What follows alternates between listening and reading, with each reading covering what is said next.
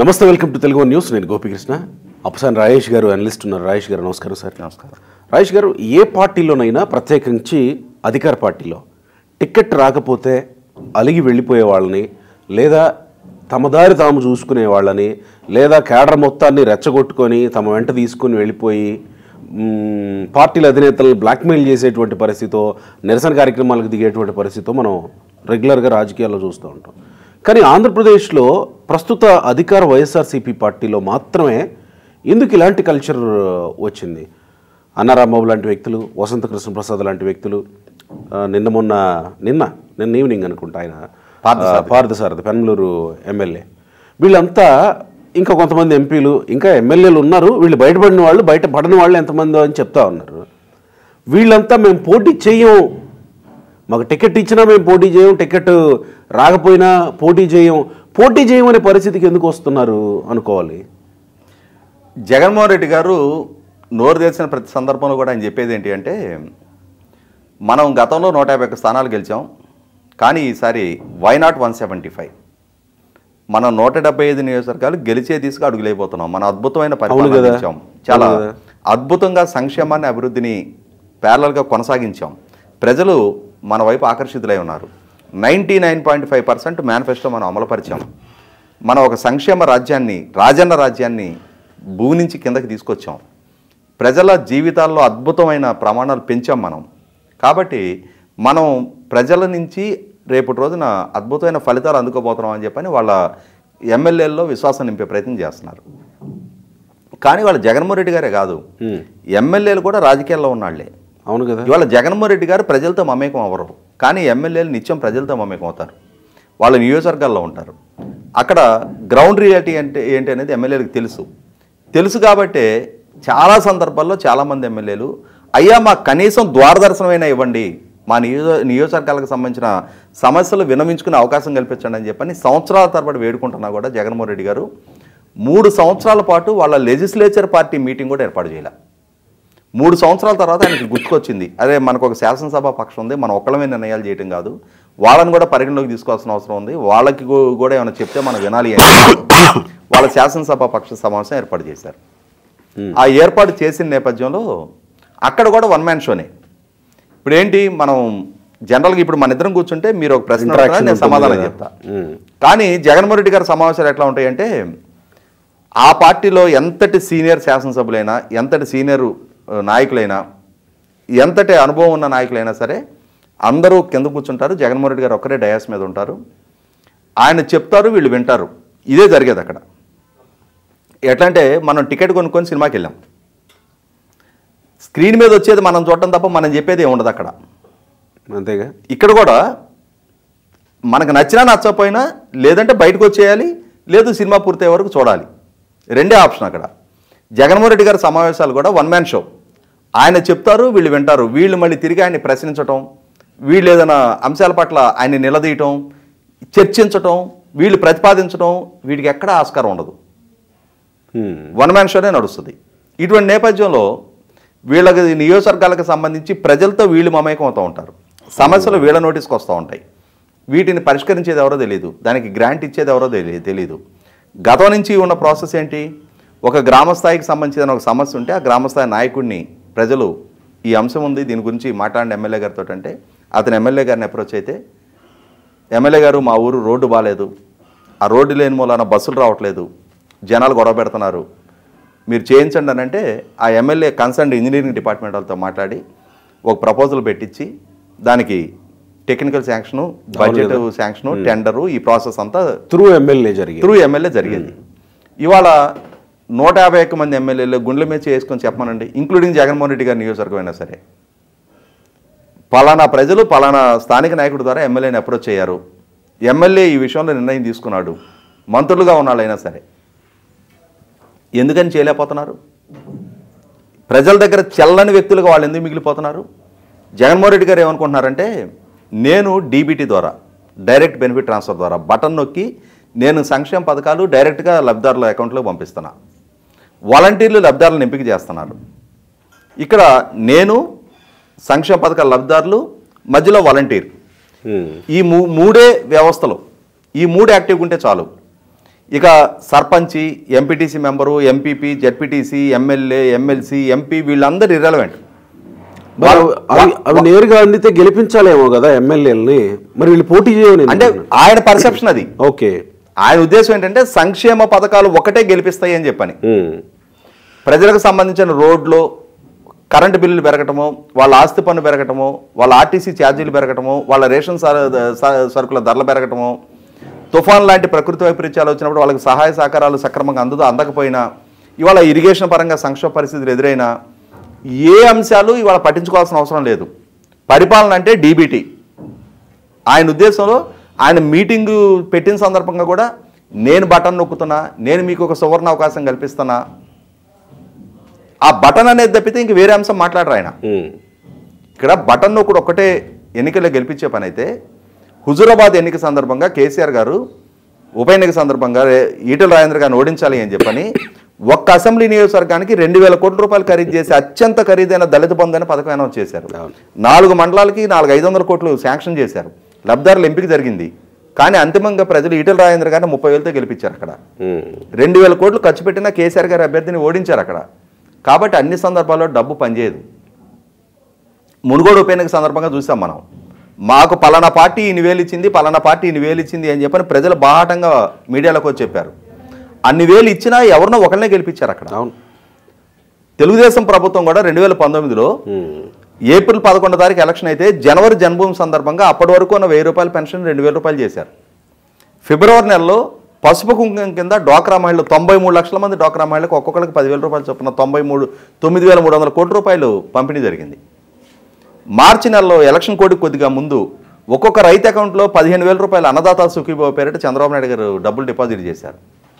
కానీ అంతిమ ఫలితం ఏమైంది? 23 స్థానాలకు పరిమితమైంది. కాబట్టి అన్ని సందర్భాల్లో సంక్షేమ పథకాలే ఫలితాలు ఇవ్వవు. ఈ వాస్తవాన్ని జగన్మోహన్ రెడ్డి గారు రిలీజ్ అవట్లా, ఎమ్మెల్యేలు రిలీజ్ అవుతున్నారు. ఎమ్మెల్యేలకు ఆ వాస్తవ పరిస్థితి తెలుస్తుంది, ప్రజల నాడి అర్థమవుతుంది. ప్రజలకి జగన్మోహన్ రెడ్డి గారు చేసిన వాగ్దానాలు ఏంటి? నేను ప్రత్యేక హోదా సాధిస్తా, నేను 13 జిల్లాని 13 హైదరాబాద్లకు అభివృద్ధి చేస్తా, యువతకి మెరుగైన ఉపాధి అవకాశాలు కల్పిస్తా, వలసలు లేని ఉపాధి కల్పిస్తా, 2,30,000 ప్రభుత్వ ఉద్యోగాలు భర్తీ చేస్తా, మెగా డిఎస్సి కండక్ట్ చేస్తా, పారిశ్రామికీకరణ పెంచుతా, కరెంటు ఛార్జీలు తగ్గిస్తా, ఇట్లాంటి వాగ్దానాలు చేశారు ఆయన. మద్యపాన నిషేధం చేస్తానని మహిళ వాగ్దానం చేశారు. ఉద్యోగులకి ఆయన మెరుగైన పిఆర్సీ ఇస్తా, క్రమం తప్పకుండా డిఏలు ఇస్తా, సిపిఎస్ రద్దు చేస్తా. జనాల్లోకి వెళ్ళినప్పుడు సమాధానం చెప్పుకోవాల్సింది వీళ్ళే కదా. పోలీస్ డిపార్ట్మెంట్కి వారాంతపు సెలవులు ఇస్తా అని చెప్పని వాగ్దానం చేశారు. ఇట్లా ఒక్కొక్క వర్గాన్ని టార్గెట్ చేసి రకరకాల వాగ్దానాలు చేశారు ఆయన. ఇవాళ పాలనాపరంగా చూసుకుంటే ఇవాళ వ్యవసాయం ఉంది. గత ప్రభుత్వ హయాంలో అగ్రికల్చర్ మెకనైజేషన్కి వాళ్ళు విపరీతంగా సబ్సిడీలు ఇచ్చారు. 26,000 ట్రాక్టర్లు రైతు రథం పేరిట సబ్సిడీ మీద ఆ ప్రభుత్వం ఇచ్చింది రైతులకి. 26,000 రాష్ట్ర వ్యాప్తంగా ట్రాక్టర్లు. అంటే ఒక్కొక్క గ్రామానికి మొత్తం 10,000 గ్రామాలు ఉన్నాయి. గ్రామానికి 2-3 ట్రాక్టర్లు చొప్పున రైతులకు అందినాయి ఆ రోజున. హార్వెస్టర్లు, రోటవేటర్లు, బేలర్లు, మల్చింగ్ షీట్లు, తైవాన్ స్ప్రేయర్లు, ఇన్ని సబ్సిడీ మీద ఇచ్చారు. ఇవన్నీ మీరు చెప్తుంటే వినేవాళ్ళకి కూడా కొత్తగా అనిపిస్తాయి. హార్వెస్టర్లు, నేను అంటుంది హార్వెస్టర్లు, వరి కోత యంత్రాలు 27 లక్షలు ఖరీదు చేసే యంత్రాన్ని ఓసీ రైతులకి 50% సబ్సిడీ తోటి, ఎస్సీ రైతులకి 70% సబ్సిడీ తోటి ఇచ్చింది కదా ప్రభుత్వం. బేలర్లు అంటే గడ్డి మోపులు కట్టే యంత్రం, రోటవేటర్లు అంటే ఖరీదున్నే యంత్రాలు, ఇవన్నీ కూడా సబ్సిడీ మీద ఇచ్చింది కదా ప్రభుత్వం. తైవాన్ స్ప్రేయర్లు ఇచ్చారు. మల్చింగ్ షీట్ అంటే ఆ బోధల మీద కలుపు రాకుండా పరిచే షీట్లు. రాయలసీమ ప్రాంతంలో 90% సబ్సిడీ తోటి డ్రిప్ పరికరాలు ఇచ్చారు. జగన్మోహన్ రెడ్డి గారి ప్రభుత్వం ఈ 4 సంవత్సరాల 6 నెలల 29 రోజులు వాటికి ఆయన అధికార బాధ్యతలు చేపట్టి not even a single meter, 1 meter drip పరికరం మొత్తం రాయలసీమ ప్రాంతంలో ఇవ్వాల. ఇరిగేషన్ రంగానికి ఆ ప్రభుత్వం 65,000 కోట్లు ఖర్చు పెడితే ఈయన ప్రభుత్వ హయాంలో 25,000 కోట్లు మాత్రం ఖర్చు పెట్టారు. ఎక్కడ ప్రాజెక్టులు ఎక్కడ వేసిన గొంగలు అన్నట్టు అక్కడే కనిపిస్తాం. ఇక్కడ ఎమ్మెల్యేలు మేము పోటీ చెయ్యము అని అంటే, ఒకవేళ జగన్మోహన్ రెడ్డి చెయ్యమన్నా కానీ చెయ్యము అని అంటున్నారంటే ఇక వాళ్ళ రాజకీయ భవిష్యత్తునే పణంగా పెడుతున్నట్టు కదా. ఇక్కడ జగన్మోహన్ రెడ్డి ఆల్రెడీ టికెట్ లేదన్నాడు కాబట్టి వాళ్ళు పోటీ చేయమంటున్నారు అనుకోవాలా? వీళ్ళంతటి వీళ్ళే మేము పోటీ చేయమంటున్నారు అని అనుకోవాలి వసంత కృష్ణ ప్రసాద్ లాంటి. ఇక్కడ కొన్ని గమనించుకోవాల్సింది ఏంటి అంటే, వైసీపీ పార్టీ తరఫున పోటీ చేయటం వల్ల, ఇప్పుడు మళ్ళీ కోట్లు ఖర్చు పెట్టుకోవటం వల్ల ప్రజల్లో నిరాదరణ ఎదురవుతూ ఉన్నప్పుడు, ఎన్నికల్లో ఫలితాలు ప్రతికూలంగా రాబోతున్నాయని చెప్పిన సంకేతాలు అందుతూ ఉన్న సందర్భంగా ఆల్రెడీ ప్రతిపక్ష ప్రభుత్వ వ్యతిరేక ఓటు చీలకుండా ప్రతిపక్ష పార్టీలు ఒక సైద్యతోటి ఆల్రెడీ పోటీ చేయడానికి సిద్ధపడిపోయిన నేపథ్యంలో ఇంత బలమైన పోటీలో మనం నెగ్గం అన్న అభిప్రాయానికి వచ్చినప్పుడు వైసీపీ పార్టీ నుంచి పోటీ చేయడానికి ఆయన సిద్ధపడట్లా. కాకపోతే ఏమవుతుందంటే మేబీ వాళ్ళ శ్రేణులు జగన్మోహన్ రెడ్డి గారు కొంతమంది టికెట్లు నిరాకరిస్తున్నారు. ఖచ్చితంగా పోటీ చేయాలనే ఆలోచన ఉన్న వాళ్ళు ఏం చేస్తారు, అయితే ప్రతిపక్షం నుంచి ఆశ్రయం పొందడానికి ప్రయత్నం చేస్తారు. ప్రతిపక్షం వాళ్ళకి అవకాశం ఇలా ఇంకా నెక్స్ట్ ఆప్షన్ ఏముందని చూసుకుంటారు. మనం గమనించాం కదా, డీకే అరుణ్ గారు కాంగ్రెస్ పార్టీలో టికెట్ ఇలా సమాజ్వాదీ పార్టీ నుంచి పోటీ చేశారు. కోనేరు కోనప్ప గారికి ఇంద్రకరణ్ రెడ్డి గారికి ఆ రోజు టికెట్ ఇవ్వాలా బీఎస్పీ పార్టీ నుంచి పోటీ చేశారు. అట్లాగే ఏదో ఒక ఆప్షన్ ఎంచుకుంటారు. ఇప్పుడు కొత్తగా శర్మ గారి నాయకత్వంలో కాంగ్రెస్ పార్టీ మళ్ళీ అక్కడ పునరుజ్జీవనం పొందడానికి ప్రయత్నం చేస్తూ ఉంది. రాజశేఖర రెడ్డి గారి కుమార్తె ఇటువంటి వాళ్ళు ఆశ్రయం పొందడానికి అదొక షెల్టర్ జోన్ గా ఉపయోగపడబోతుంది. ఇక ఖచ్చితంగా ఆ పార్టీ నుంచి టికెట్లు తీసుకుంటారు, పోటీ చేస్తారు. దాని అంతిమ ప్రభావం వైసీపీ నుంచి పోటీ చేయరు కానీ రాజకీయంగా పోటీలో ఉంటారు కొంతమంది. అందరికందరూ ఇప్పుడు పూర్తి నిరాసక్తత ఉండి ఇక మనం చేసింది చాలు, ఇప్పుడున్న రాజకీయాల్లో సమకాలీన రాజకీయాల్లో ఇన్ని కోట్లు ఖర్చు పెట్టి ప్రజలకి ఏమీ చేయలేని నిస్సాయాలుగా మిగిలిపోవటం కన్నా మానుకుంటేనే బెటర్ అనుకునే వాళ్ళు చాలా మంది ఉన్నారు. జగన్మోహన్ రెడ్డి గారు ఇప్పుడు టికెట్ ఇవ్వను అని చెప్పిన మూలాన చాలా మంది జగన్మోహన్ రెడ్డి గారి ముందు కొద్దిగా విచారం వ్యక్తం చేసినా కూడా చాటుకెళ్ళి చిందిరేసే పరిస్థితి. మాకు వదిలిపోయిందిరా బాబు, ఈ కోట్లు ఖర్చు పెట్టి అవసరం లేకుండా పోయింది, రేపు ఓడిపోయామని అపప్రద లేకుండా పోద్ది అని చెప్పని. ఎందుకనంటే వీళ్ళందరూ కూడా జగన్మోహన్ రెడ్డి గారి ప్రభావంతో ఇష్టారీతిన ప్రతిపక్షాలను దూషించారు. రేపు అల్టిమేట్ గా టార్గెట్ అయ్యేది వాళ్ళు. రేపు అధికార మార్పిడి జరిగితే జగన్మోహన్ రెడ్డి గారి కళ్ళలో ఆనందం చూడటం కోసం ఇష్టారీతిని చెలరగిపోయిన వాళ్ళు ఉన్నారు చాలా మంది.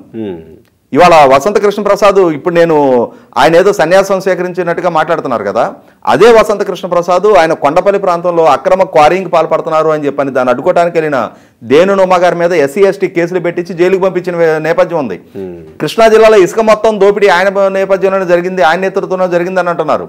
కాబట్టి వీటికి రేపు జవాబు చెప్పుకొని తీరాల్సిన అవసరం ఉంటుంది రేపటి రోజున. ఇప్పుడు పోటీ నుంచి విరమించుకున్నాము, అక్కడ అంతర్గతంగా జోగి రమేష్ తోటి ఏదో నాయకత్వ సంక్షోభం ఉంది, అతను మా కాన్స్టిట్యున్సీలో ఇంటర్వ్యూన్ అవుతున్నాడు, ప్రభుత్వ పెద్దలకు ఎన్నిసార్లు చెప్పినా పట్టించుకోలేదు అని చెప్పని ఇప్పుడు అస్త్ర సన్యాసం చేసే ప్రయత్నం చేసినా కూడా వాళ్ళ ఇంటర్నల్ ఇష్యూస్ మూలనది. అంతేగాని పాలకులుగా అధికార పార్టీ ఎమ్మెల్యేలుగా వీళ్ళు చేసిన అరాచకాలు చాలా ఉన్నాయి. ఇవన్నీ ప్రజల్లో చర్చనీయాంశం అవుతానే ఉన్నాయి. ఇటువంటి నేపథ్యంలో ఖచ్చితంగా రేపటి రోజున వీళ్ళు కూడా అకౌంటబులే. వీళ్ళు చేసిన పరిస్థితులు పరిణామాలు ఆ కాన్సిక్వెన్సెస్ వీళ్ళు కూడా హ్యాండిల్ చేసి తీరాల్సిన అవసరం ఉంటుంది. అవును కదా, 100% ఇప్పుడు ఎవరి రాజకీయ ఆశ్రయం వాళ్ళు చూసుకుంటూ ఉంటారు. ఈ పార్టీ కాబట్టి ఇంకో పార్టీ. కొంతమంది తప్పుకొని ఇప్పుడు అన్నారాంబాబు గారు ఉన్నారు, ఆయన నేను ఇంకా అసలు రాజకీయాల్లో కొనసాగను, నేను పోటీ నుంచి తప్పుకుంటానని చెప్తున్నారు. ఆయన ఏం చెప్తున్నారు, జగన్మోహన్ రెడ్డి గారు వర్గీయులు నన్ను వేధించారు అని చెప్తున్నారు. అవును, అంటే అది ఎంత బలమైన సంకేతం అది. ఇప్పటికే ఆయన ఆర్యవైశ్య సామాజిక వర్గానికి సంబంధించిన నాయకుడు.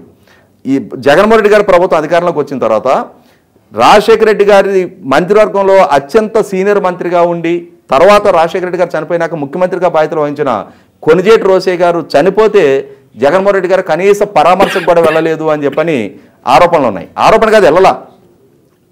మా పట్ల నిర్లక్ష్య ధోరణి ప్రదర్శిస్తున్నారు జగన్మోహన్ రెడ్డి గారు అన్న భావన ఆల్రెడీ రాష్ట్ర వ్యాప్తంగా ఆ వర్గంలో ఉంది. అదే సందర్భంలో ఒంగోలులో సుబ్బారావు గుప్తా అనే అతన్ని భౌతికంగా వైసీపీ శ్రేణులు ఎంతగా హింసించిన తీరు కూడా అది వీడియోలు ఆ వర్గాన్ని ఎంతగా కలిసివేసింది చూసాం మనం. ఇటువంటి నేపథ్యంలో ఇప్పుడు అన్నారాంబాబు గారి ఈ స్టేట్మెంటు వైసీపీ పార్టీకి రాష్ట్ర వ్యాప్తంగా ఆర్యవాసి వర్గంలో చాలా శరాఘాతంగా వైసీపీ పార్టీకి మారడం ఖాయం. Right sir. సో ఈ పరిణామాలన్నిటినీ బేరీజ్ వేసుకొని ఎమ్మెల్యేలు ఖర్చు పెట్టేది ఏదన్నా మిగులుతుంది అనుకుంటున్నారేమో అనుకో. జరిగేది అదే.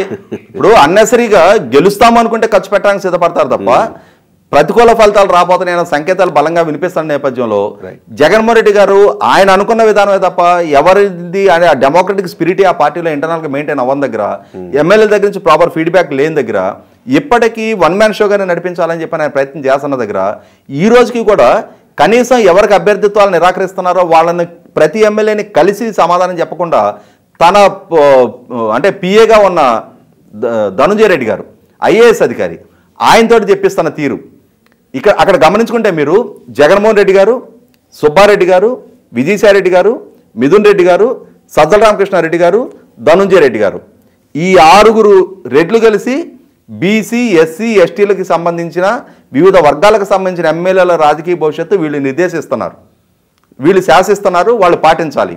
వాళ్ళకి ఆత్మగౌరవం ఉంటుంది కదా. వాళ్ళకి ఆత్మాభిమానం అనేది ఉంటుంది కదా, వాళ్ళు ప్రజల నుంచి ప్రజల చేత ఎంపిక కాబట్టి స్థానిక రాజకీయాల్లో నిత్యం ప్రజలతో మమేకమై ఉంటున్నారు కదా, ఖచ్చితంగా సమస్య అక్కడ వస్తుంది.